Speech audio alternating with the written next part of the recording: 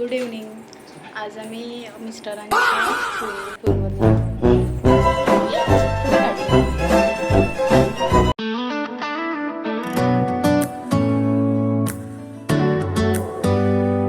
तर आज आमचा होता अहमदाबादमधला लास्ट दिवस आणि दिवसाची सुरुवातच इतकी फनी झाली की पहिल्या शॉटमध्ये समयराने माझी वाट लावली.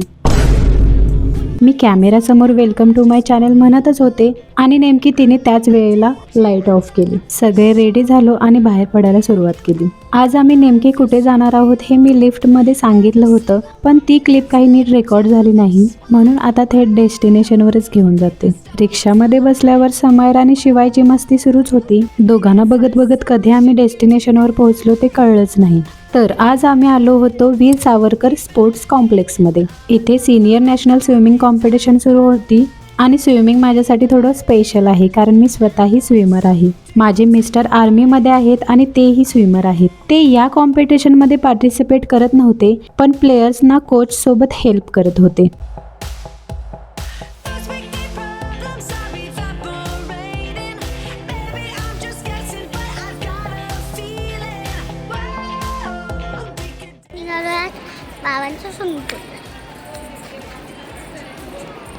ॲक्वॅटिक स्टेडियममध्ये एंट्री घेतली. त्यानंतरनं लॉबीतून आम्ही लिफ्टकडे निघालो आणि लिफ्टमधून फर्स्ट फ्लोअरवर गेलो.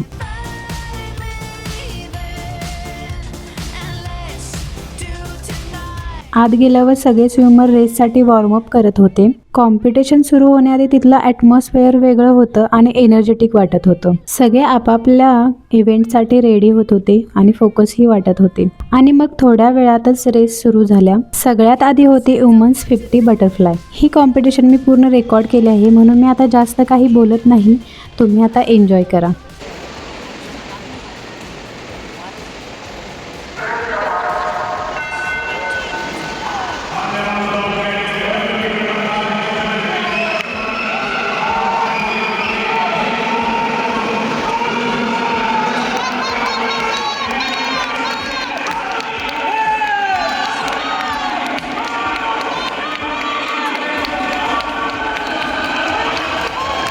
आणि हा आहे विनर मोमेंट. इतक्या कमी डिस्टन्समध्ये प्रत्येक सेकंड किती इम्पॉर्टंट असतो ते इथे बघताना खरंच जाणवतं.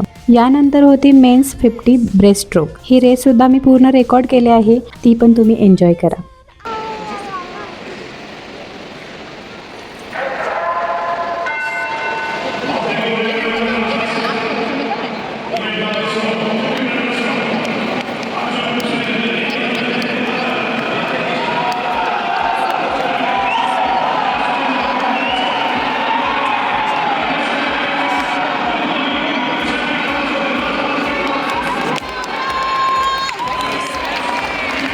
आणि हा आहे या रेसचा विनर मोमेंट.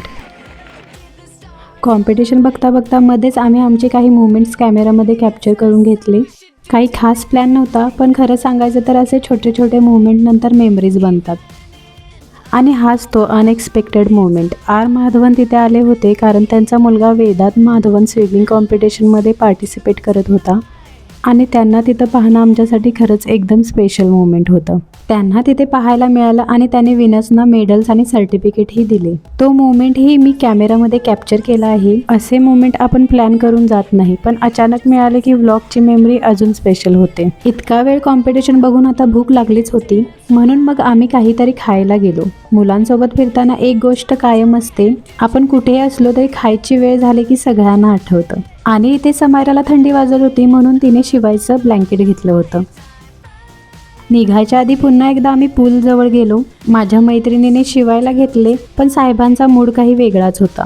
त्यानंतर आम्ही बाहेर पडलो. बघता बघता रात्रीचे 8 वाजले होते. अहमदाबादमधला हा लास्टचा दिवस असल्यामुळे आम्ही ठरवलं आता रात्री जायचं माणिक चौकला. रूमवर जाऊन फ्रेश झालो आणि निघालो माणिक चौककडे. फायनली आम्ही पोहोचलो अहमदाबादच्या फेमस माणिक चौकमध्ये. इथे आल्यावर आमची छोटीशी फूड टूर सुरू झाली. सगळ्यात आधी आम्ही ट्राय केलं जामून शॉट. त्यानंतरनं घोटाला डोसा.